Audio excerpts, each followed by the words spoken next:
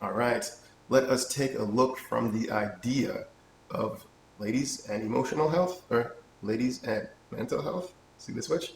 Um, and how that environment is supported by moving from choices, decisions, reactions, really, compensations most likely, towards an answer. So, based on pressure, we make a decision. Is this good or bad? I'd say in a decisive, heightened state of stress, making a decisive reaction based on the stress around you would be a terrible thing. The first thing we know about stress is it distorts the ability to make a good decision. So, therefore, making that decision under the point of stress is generally not going to lead to where you want to go. I'm sure it'll lead to more frustration, either on your part or the people around you's part. So, why is it that we see often that it's great to make decisive decisions under pressure? And there are people that do it for a living, and do well at it. Yes, I'd say this is possible, but what we're not seeing is the years of development before they make a great decision under that kind of pressure. And do they really make a great decision? In what respect? Are we looking only at the fact that this many people are happy from the decision at the cost of the person themselves being unhappy? Do we call that a great decision? When it comes to health, we'd say it's still a terrible decision, although lots of people might be happy. And then we'd say, like, why are people feeling happy at getting something that came at the cost of an individual? Why can they not see that? That is actually what's happening. We'd say here, emotional health is off. We'd say here, mental health is off. We'd say here, physical expression of what's actually happening, being connected to the body, the reactions and senses of the body to this person, which we should be able to pick up that they're not feeling great about what's happened. We'd say all that's off. We wouldn't say that's a very good environment of health for any human. So again, we'd have to think a little bit deeper about it. Knowing this, we'd say that it's not great to make decisions under pressure. We want to be at the most calm state. We'd often say that in our day and age, in the 2020s, 2022, we'd say everybody moves off of pressure. I personally would say that I don't think there's much decisions ever made that are not moving off of pressure. I'd say it'd be a unique experience to make a decision that is not based off of pressure. It'd probably feel weird. You probably have lots of remorse over making that decision. As we often see, another, let's say, world expression of this is the person that's worked the job for so many years finally decides, this midlife crisis thing, finally decides to do then, buy the yacht, go backpacking across Europe, start a daycare. This is also a reaction, but we'd say that this is the point of shift, right? It's kind of a mental snap into more of a supportive environment. Now finally doing what's important to me. So what were they doing before? They must have been doing tons of stuff that were not supportive of them. Therefore, this reaction has to be just as great to balance out all that suppression, right? This would also be not that great, but things that we do because we're human and this is the pressure that's kind of put on us. And so we often make decisions based off of this pressure. Now, what is pressure? I would say pressure is most likely a fear of something. We all have fears because we've all lost things, or we all feel loss, which is more of a symbol to go on the journey of finding. But instead we say, well, I'm not moving from here. I don't know where this loss is going to come from, and I will correct this thing regardless of where things are coming from. So we make a bunker, essentially. And we generally block out the same thing that's going to be the thing that we want. Somebody who's a fear of, let's say, losing love, which is a version of the loss of not having enough love, which is a version of trying to control love, which is a great way to lose love, right? Or to seek a fake version that is not sustainable, the external version, to blind yourself to the real thing, essentially, to make it not visible. So then how does this person start to take this thing in? They must go on that journey, like I suggested at the beginning. Loss means the journey towards, not the protection of ever happening again.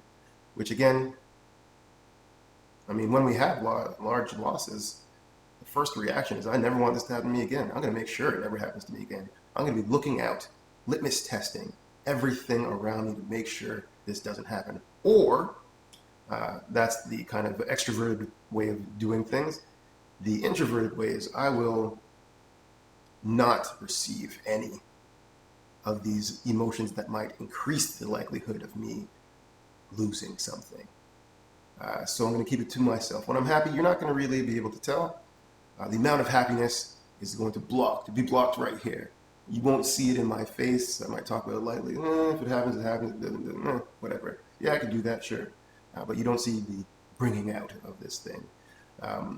So these two ways to navigate the exact same thing. However, we always want to find ourselves in the middle. Appreciation for what has happened because it's happened, and know that it doesn't have to happen that way, which gives us a chance to change it or a chance to embrace it. Either one we're capable of, and we don't block out either version, if you will. So knowing this, we want to move towards unpressured decisions. How do we make an unpressured decision? Well, it's quite easy. That'd be at first lie. It is not easy. It is a challenge. Therefore, growth is needed. Therefore, a great amount of effort for a great reward is needed. Once you get the reward, there's no amount of money that can pay to get it. And once you have it, you don't lose it. But most people stop before they get there. This is true. So we'd say that, what are the steps to getting there? I'd say realizing first where you're at. The more that we're not completely sure where we are, is the more we make the decision to go in the wrong direction. Right? So if I really am afraid of being hurt, if I say that I'm super strong, I'm super extroverted, I can do anything, I don't need anybody. This is the greatest way to build yourself up and choose things that are not going to be in the way you need to go. You'll keep moving forward, and not knowing that going back is the quickest way to get there.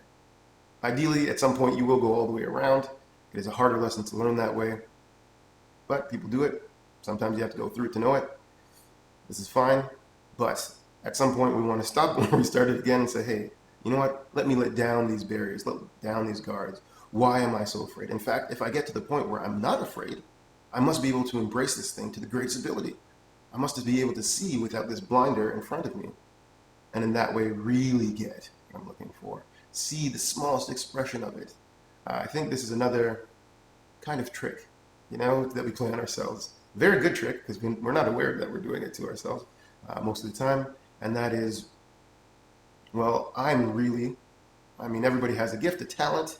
We'd say, I like using strength because that's the easiest thing for me to relate to. Let's say I think I'm really strong, right? And so I say, well, because I'm so strong, I face things straight on.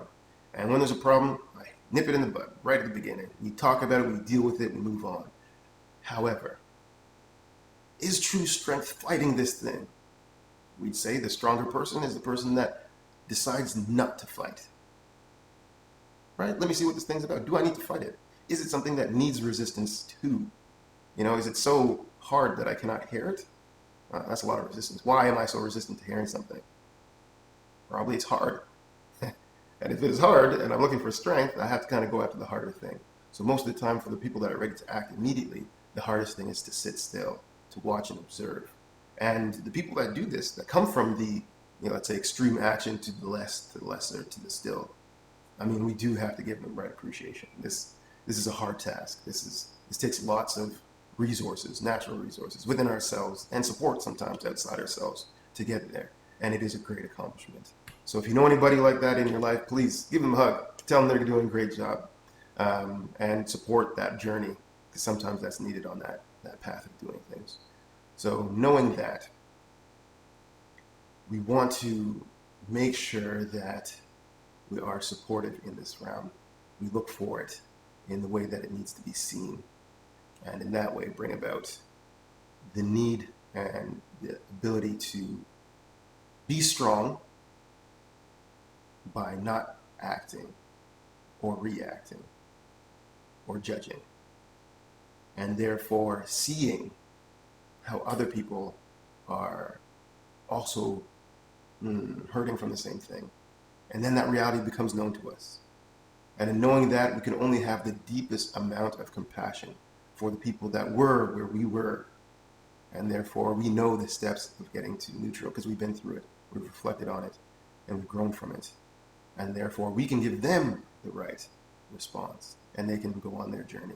And as we help them along their journey, we learn a deeper lesson of the same thing, and we become more free of that. Why was I even fighting in the first place? People do struggle. People do hurt other people. Hurt people hurt people.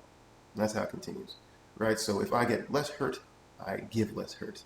And if that is possible, then I'll be able to see the joy of not getting hurt. In fact, the joy of giving health benefits to another person through my actions, thoughts, and emotions.